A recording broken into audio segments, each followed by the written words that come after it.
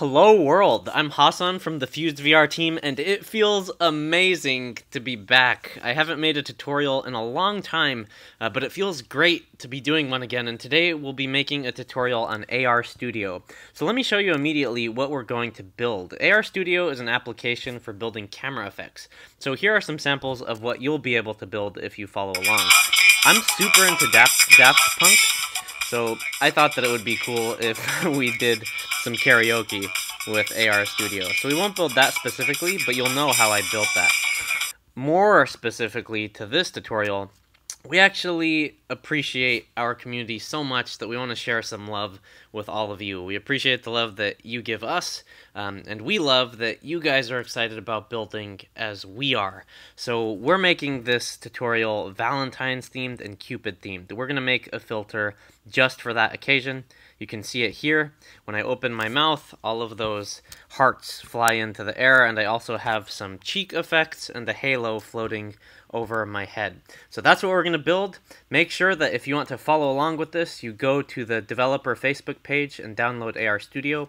You will need a Mac. And also, check out the link in the description so that you can get all of the resources made by our amazing artist and modeler Abdo, and you can follow along with the rest of this video. Get all of those, get set, and let's get building. When you open up AR Studio, it should look something like this. Now, it might look a little bit different because AR Studio is currently in beta, but you can change up the view by also clicking the viewport button and selecting the option that you'd like. Another thing that I strongly recommend is testing your features on yourself as you build them. I won't be doing that, and you actually won't see me in this tutorial because I can't use my webcam in AR Studio. Using that and also recording on my laptop at the same time is going to just tank my computer. But if you want, you can record and use a filter on your own face by hitting video and selecting FaceTime HD camera so that you can see what you're building and its effects as you build it. As for me, I'm going to be using one of these default videos and testing out my features on that. So let's get started by actually creating something that drives the core of the interactions in AR Studio, and that's a facial tracker. It's as simple as clicking Insert, then double-click on Face Tracker. You can also see that there are other things you can add to the scene. So our face tracker is added. You can see that it's tracking this sample face, and we can also visualize this by inserting a face mesh. So I right-clicked on Face Tracker. Here's Face Mesh.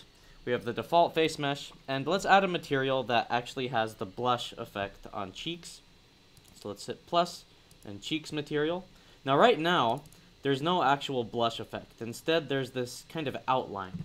So let's look at what this cheeks material actually is in our assets pane. So if we go here and click cheeks material, we see that the selected texture is called trackers, and this will show you how facial tracking works in AR Studio. So select trackers and textures, and you can see that all it is a 2D PNG that shows you feature points on the face and how different parts are mapped onto the face. Now, our artist extraordinaire Abdo used this PNG to design where the cheek blush should be, so on the left and the right, and you can use this to design your own 2D facial masks that then get mapped into 3D space. So to make this actually work, let's go to cheeks material, and we'll change the texture from this sample one to cheek texture. And now you can see that we have the blush effect, and you can even play with the opacity to make it more or less extreme. So that's it. AR Studio is really awesome because it's that easy to get basic facial tracking and also masks working. In the next section, we're going to jump into adding in some objects.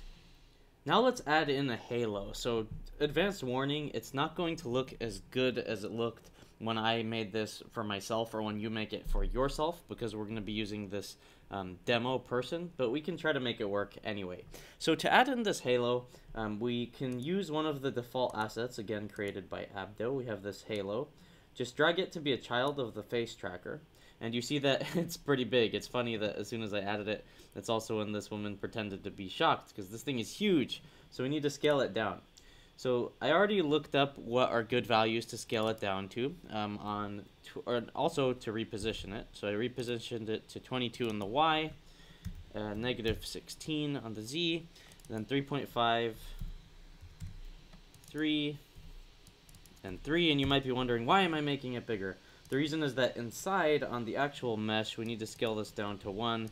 Or we don't need to, but it's good practice to make sure that the scale is 1 except on the top level object. So now as this woman moves her head around, you can see that the halo is following her. But there's a problem. It's showing the halo even behind her head. So to fix that, what we need to do is add in an occluder. An occluder is an object that's going to be drawn on top of the halo, or occlude the halo, so that the back doesn't appear. More specifically, we're going to add in a head occluder. Now I just remembered that I also added in a rotation, it's actually already in here, of -90 so that it has a slight tilt to it. So let's add in this head occluder. Again, that's an object that we've already built in, and I just added it to the scene. Now I need to make sure that it's not a child of the halo. I want it to be a child of the face tracker. So I'll add that one more time. So I'm just clicking and dragging under the face tracker, and I'm trying to do this slowly because I know that my computer is not being very responsive on the recording right now. So on head occluder, I'm going to expand this out, and on the base level mesh, I need to do some changing on the scaling here too. So 0.13 worked, 0.11 worked, 0.13. These were good values for me. They actually don't look like such great values for this woman, so actually let me find out what works and I will change these. Now this is actually a really good point. Something that you're going to run into as a struggle with AR Studio is that you need to do a lot of tweaking to fit these to different heads, and ultimately I recommend that you try to keep things like halos to a minimum, because they can be really hard to fit on specific people depending on their head shape. So let me take a few moments to figure out what are some good values here, and then we'll jump right back in. So now we're back. I had some minor tweaks. You can see that before I was using values that worked really well for my head, but the values are actually a bit bigger for this woman, mostly because her hair is a lot poofier than mine. But now we have everything positioned as we want. Let's see, we don't really need to change the position of the head at all, but the problem is that the head is still, like, it's drawing. We don't want this gray value. So let's go to the material on this texture, and let's change it to the occluder material. Now, this occluder material, if you look it up, it's really just a basic material that has only slight opacity. The reason for this is that it enables AR Studio, when it's down to 1%, it knows that it's an occluder material. You can see that when it's all the way up to 100%, it's actually a full-on model, and that lets you see what the head model looks like. But again, we're going to change it to 1% because we want it to just barely draw so that it can draw on top of the halo. But it's not currently doing that right now, and there are a few ways to change it. One way is that we could add this head occluder to a new layer. We could call it like the occluder layer, and then we could change the order of those layers in the layers pane. But something that's actually easier is in the children for this face tracker, we can just move the occluder to the top. And now you see that that occluder is actually occluding this halo. But it looks like there's a little bit of a problem on her cheeks, so we might want to move the head occluder just a little bit back or forward. So let's see, RGB, what if I move it back? Yeah, moving it back just -1 point seems to get the job done. So that's all we needed to do to add in some objects. The halo is pretty tricky because it goes around your head, but let's actually add some materials to this halo too so that it looks nicer. So if we go to the halo, we have a halo material that Abdo configured for us, and it has some specularity to it.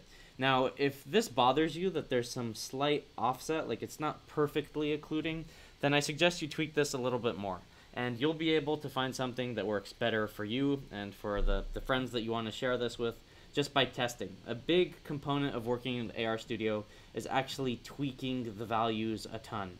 Probably more than you're used to in Unity and other softwares if you've used them, because all the small points matter when we're trying to project something onto somebody's head and their face.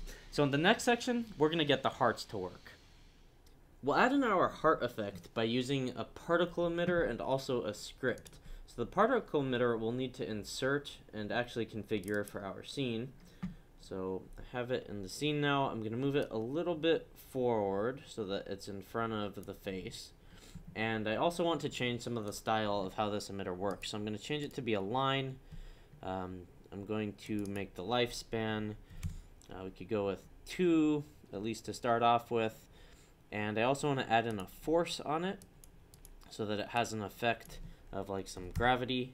That looks like it's way too much, so maybe 1 would be good. And then I can change the speed on this so that it moves up more before it falls down. And that looks pretty good. So then the last part is to just move this down a bit.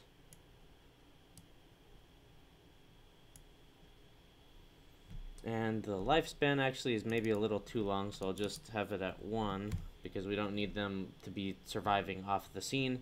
And I'll bump up the speed to maybe 50 so that they're up above in the preview that we have. Now we also want to change the material that is on this. So let's hit plus on the material section and select heart material. Now I don't like that these are opaque. We can make them slightly transparent. I think that that will have a cooler effect. So I change it to 50% transparency. And now what I want to do is make it so that when the mouth opens, that's when these hearts get turned on. So I'm going to go back to the emitter, and I'm going to change the birth rate to 0. Now let's jump into what we need to add a script and some dynamic behavior to this feature. So expand script and double click on the script that's already in there, and you should see in whatever editor you're using the script.js file open up. Now at the very top you see examples of all of the modules that we're loading in for AR Studio. So face tracking, scene and time, but then above there are also some other examples, and these just let us use some of the built-in AR Studio functionality. So I'll walk through what this script is doing, but I didn't want to build it in the fly, especially since my computer is lagging. So the first thing that we do is we're getting a reference to the focal distance object, and we're going to be using that to later on get references to other objects in our scene. So for example, right here, we're getting a reference to our particle emitter. Now for this to work, we need to make sure that we're inputting the correct names for each of these. So device, camera, and focal distance is what we use to get the focal distance object, which is right here. You can see device and camera. But we need to change this name either here or on the script to match up. So I'm going to change it here to be emitter. And in my script, it's also emitter, so now I have a reference to that.